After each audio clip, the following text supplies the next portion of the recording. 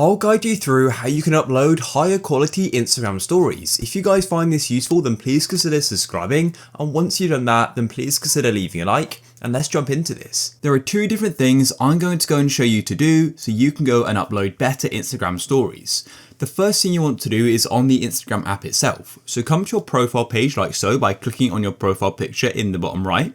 And then what you need to do is go to the top right and click on the three bars like this, and then click on settings and privacy at the top of that sort of option menu there.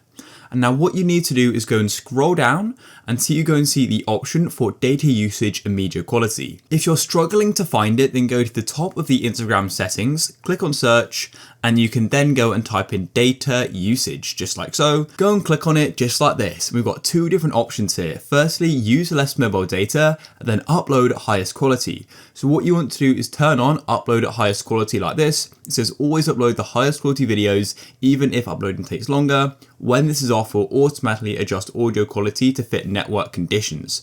So yeah, make sure that's turned on. You can go and turn on use less mobile data, but I'm assuming you'd usually post when you're on Wi-Fi anyway. I'm going to turn it on anyway, but it's up to you.